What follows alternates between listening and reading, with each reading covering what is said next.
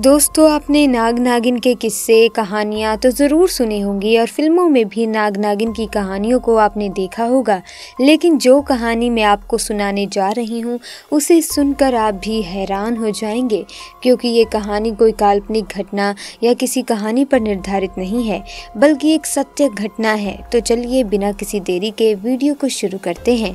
लेकिन वीडियो शुरू करने से पहले आपसे एक निवेदन है कि जो भी महादेव के सच्चे भक्त है, कमेंट सेक्शन में जाकर ज़रूर लिखें हर हर महादेव। दोस्तों, अक्सर आपने फिल्मों में नागिन को नाग की मौत का बदला लेते हुए तो देखा ही होगा।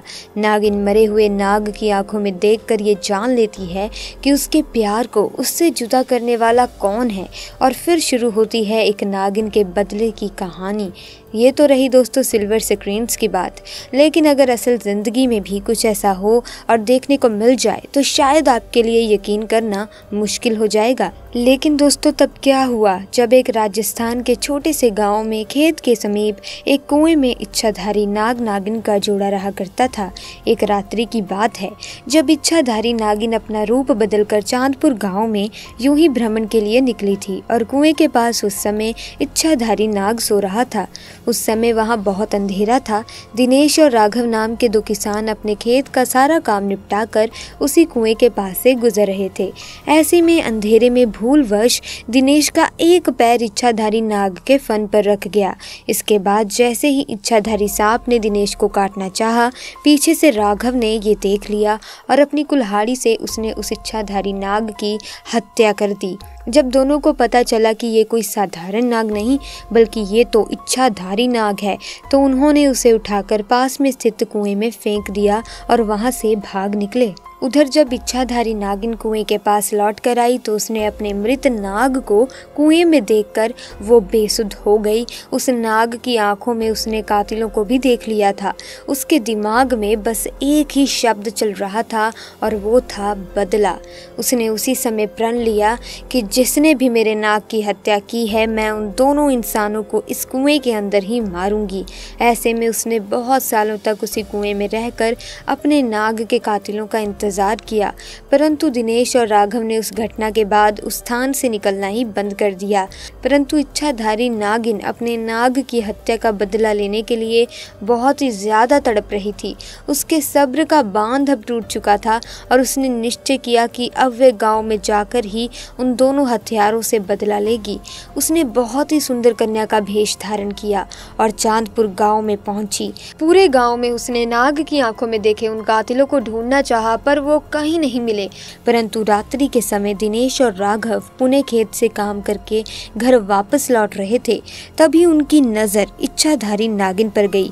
उस समय उसने बहुत ही सुंदर कन्या का रूप धारण कर रखा था और वे अपनी सुंदरता से दिनेश और राघव को लुभाने लगी। वे दोनों उसकी सुंदरता पर मोहित हो चुके थे।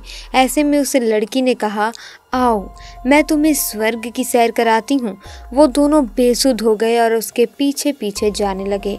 उस लड़की की सुंदरता में वो इतने मोहित हो चुके थे कि उन्हें समझ ही नहीं आ रहा था कि वे दोनों उसी स्थान पर जा रहे हैं जहाँ पर उन दोनों ने नाग की हत्या की थी। और वो इच्छाधारी नागिन दोनों को लेकर उसी कुएं के पास आ गई और अपना भयंकर और विशाल रूप उन दोनों को दिखाया, जिसे देखकर दोनों के पसीने छूट गए और डर के मारे कांपने लगे। इच्छाधारी नागिन ने उन्हें अपना पक्ष रखने का मौका भी नहीं दिया कि भूलवश उनसे नाग की हत्या हुई थी, और नागिन ने उन्हें डस डस कर दोनों को मारकर अपने नाग का बदला लिया और अपने प्रण के अनुसार दोनों के शव को उसने उसी कुएं में फेंक दिया जिस कुएं में उन्होंने उसके नाग को मार कर फेंका था, और वे पुनः उस कुएं के आसपास ही रहने लगी।